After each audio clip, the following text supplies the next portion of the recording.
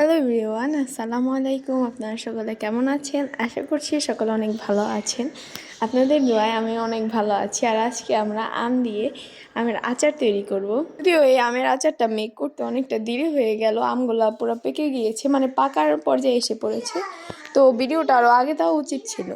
এখানে কত বড় বড় আম, এখান থেকে আমরা 4টা আম নিয়ে নিব। তো আমগুলা দেখে নজর লাগাবেন না, সবাই মাশাআল্লাহ বলবেন। তো আমগুলোকে ছিঁড়ে নিলাম। মাশাআল্লাহ মাশাআল্লাহ, দেখেন কত বড়। 4টা আমি 1 কেজির উপরে হবে। তো এখন তৈরি করে ফেলবো ঝটফট আমের আচারটা। দেখতে থাকুন। ওটাগুলোকে আমি ছিঁড়ে সুন্দর করে পানি দিয়ে ধুয়ে নিব। আপনারা গেস্ট করতে থাকেন আমি কি আমের আচার বানাবো। এই তো ভুলের মধ্যে পানি নিয়ে আমি সুন্দর করে আমগুলোকে ক্লিন করে নিব। আমের খোসা না ছাড়িয়ে আজকে আমি আমের আচার তৈরি করব। এখানে গ্রামে থাকার মজাটাই আলাদা। গাছ থেকে একদম টাটকা ফ্রেশ আমগুলো পেড়ে আজকে আমি আমের আচার তৈরি করব। এখন ছুরি দিয়ে বোটাটাকে ফেলে নিব। বোটাটাকে ফেলে আমটাকে ভালো করে গ্রেট করে নিব। বললাম না, আম পাকার সময় এসে পড়েছে। আর দেখেন এই আমটা পেকেও গিয়েছে। সবগুলো আমি কাঁচা আমের দিলে আরও বেশি ভালো হতো। গ্রেট করা শেষ। এখন আমি পরিমাণ মতো লবণ দিয়ে এগুলোকে ভালো করে মাখিয়ে নিব। মাখিয়ে আধা ঘন্টা বা 1 ঘন্টার মতো আমি রেস্টে রেখে দিব। একটি প্যানের মধ্যে আমি পাঁচফোড়ন দিয়ে ভালো করে পাঁচফোড়নগুলোকে ভাজবো। আর এটার মধ্যে আমি 2-1টা শুকনো মরিচ দিব। যদি আপনারা ঝাল বেশি খেতে চান তাহলে বেশি দিবেন শুকনো মরিচ। পাঁচফোড়নগুলো ভাজা শেষ হয়ে গেলে আমি একটি ছোট্ট সুন্দর পাত্রে এই পাঁচফোড়নগুলোকে ঢেলে রাখবো। তারপর এই পাঁচফোড়নগুলোকে শিলপাটায় বেটে গুঁড়া করে নিব। যদিও আপনাদের বাটাটা দেখালাম না, আপনারা চাইলে ব্লেন্ডারেও ব্লেন্ড করে নিতে পারেন। এই তো আমার গুঁড়ো করা শেষ।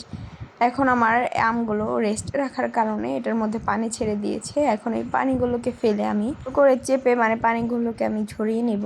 আমি পাত্রে যতগুলো আম আছে সবগুলো আমি এরকম করে চিপে নিব, তো এটার মধ্যে এক্সট্রা কোনো পানি না থাকে। যদি এই আচারের মধ্যে পানি থাকে তাহলে আচারটা বেশি দিন সংরক্ষণ করে রাখতে পারবেন না। সবগুলো আমকে এখন আমি ভালো করে ঝরঝরা করে নিব। এখন এটার মধ্যে রসুন আর মরিচের কুচি দিয়ে নিচ্ছি। আর পরিমাণ মতো চিনি দিয়ে নিলাম। আপনারা যদি মিষ্টিটা বেশি খেতে চান তাহলে চিনির পরিমাণটা বেশি দেবেন। এইখানে আমি ওই পাঁচফোড়ন গুঁড়াটাকে দিয়ে নিব। দিয়ে নিয়েছি শুকনো আস্ত মরিচ 2টা। এরপর আমি দিয়ে নিয়েছি কালার ভালো আসার জন্য হলুদ এবং মরিচের গুঁড়োটা।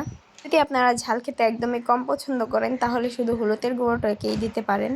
এইখানে দিয়ে নিচ্ছি পরিমাণ মতো ধনিয়া গুঁড়ো আর দিয়ে নিচ্ছি পরিমাণ মতো ভিনেগার। এখন এগুলোকে আমি ভালো করে মাখিয়ে দিব। এগুলোকে মাখাতে মাখাতে আমি ওইদিকে চুলার ওপর সরিষার তেল বসিয়ে দিয়েছি। এই আমের আচারটা খিচুড়ি কিংবা পোলাওয়ের সাথে খেলে আপনারা এটার ভালো টেস্ট পাবেন। ভালো করে মশলাগুলো দিয়ে আমি এটাকে মাখিয়ে নিচ্ছি। যেহেতু আমার মাখানো শেষ, এখন এই গ্রেট করা আমগুলোকে আমি কাচের জারের মধ্যে রেখে দিব। ভালো করে চেপে চেপে ভরে নিব।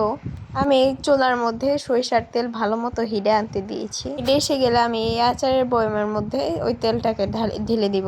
তবে যদি আপনি আমের আচারটা সংরক্ষণ করেন রোদে দেওয়ার ঝামেলা থাকবে না। গরম তেলটার কারণে আচারগুলো ভালো থাকবে 6 মাস কিংবা 1 বছরের কাছাকাছি। দেখেন আপনারা আমার তেলটা দেওয়া দেখেই বুঝতে পারছেন যে তেলটা কি পরিমাণে গরম। দেওয়ার সাথে সাথেই কিন্তু পুরো বলক উঠে আসছে। এই তো এখন হালকা একটু ঠান্ডা হয়েছে। এখন আমি শটটা নিলাম। এখনই দেখে কিন্তু খেয়ে ফেলতে মন চাচ্ছে। আর ফ্লেভারটাও অনেক সুন্দর আসছিল। আচারটা দেখতে কতটা লোভনীয় হয়েছে। আচারটা এরকম রাখতে হবে যে আমের চেয়ে সরিষার তেলের পরিমাণটা একটু বেশিই থাকবে। দেখেন আমার আমের চেয়ে কতখানি উপরে তেলগুলা ভেসে আছে। ভিডিওটা এই পর্যন্তই। সবাই ভালো থাকবেন, সুস্থ থাকবেন। আল্লাহ হাফিজ, আসসালামু আলাইকুম।